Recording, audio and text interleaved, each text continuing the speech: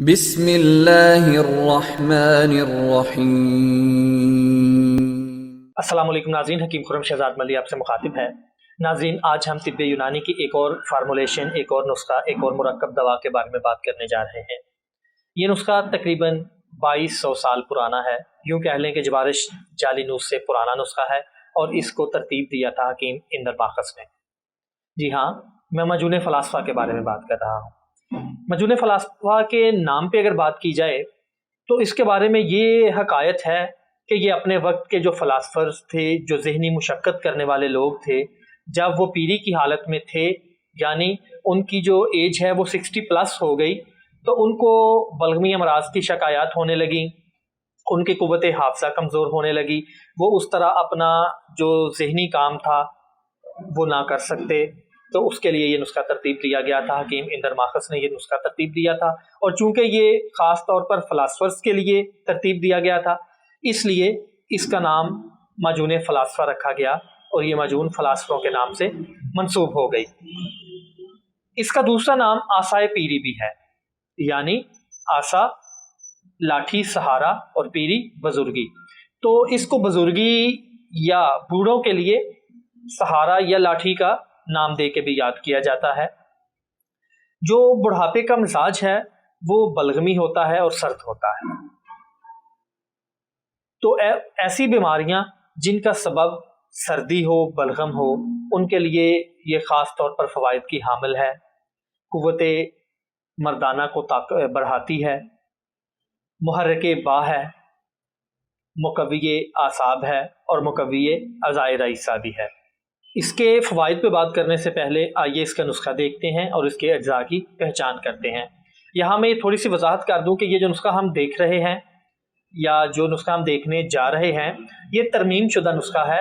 اس میں کچھ چیزوں کے اوزان کو کم کیا گیا ہے، زیادہ کیا گیا ہے، اور کچھ اس میں چیزیں ایڈ کی گئی ہیں، کیونکہ یہ اس وقت کے حوالے سے تھا، یونان کے رہنے والوں کے لیے تھا۔ یونان چونکہ ایک سرد ملک ہے، اور یہاں پہ ہم جو ہمارا خطہ ہے بر صغیر پاک و ہند، یہاں پہ گرمی بہت زیادہ ہوتی ہے، تو اس لیے اس کو تھوڑا سا ترمیم کی گئی ہے۔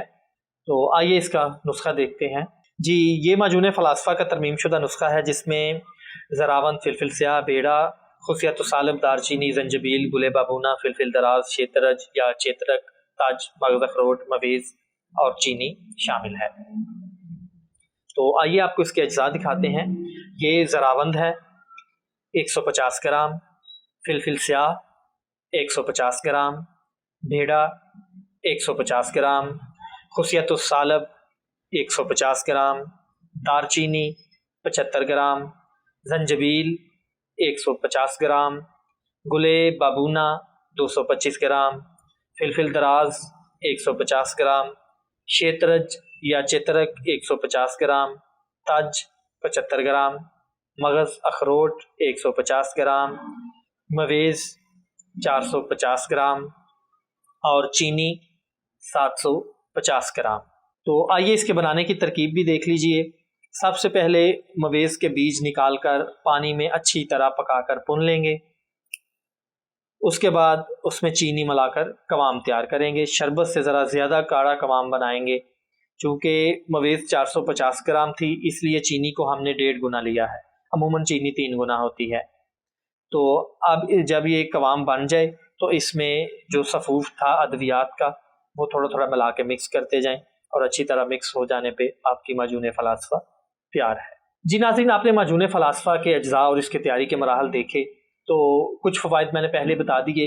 اس پہ مزید بات کریں تو پیشاب کا بار بار آنا، یورین کا بار بار آنا، رک رک کر آنا، اس کے علاوہ مثانے کی جو دیگر امراض ہو سکتی ہیں ان میں یہ اچھے فوائد کی حامل ہے۔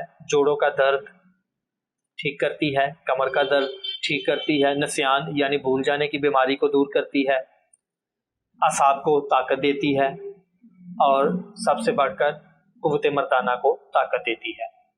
تو اس کو بلا شبہ آسائے پیری کہا جائے تو ہرگز غلط نہ ہوگا۔ آپ یہ بزرگوں کو استعمال کروا سکتے ہیں۔ اس کے علاوہ جو سردی کے امراض نوجوانوں میں ہوں ان کے لیے بھی یہ ایک بہترین چیز ہے، ان کو بھی استعمال کروائی جا سکتی ہے۔ تو انشاءاللہ ملاقات ہوگی کسی دوسری ویڈیو میں کسی دوسرے مرکب کے ساتھ، تب تک اجازت دیجیے، اللہ حافظ۔ وما علينا إلا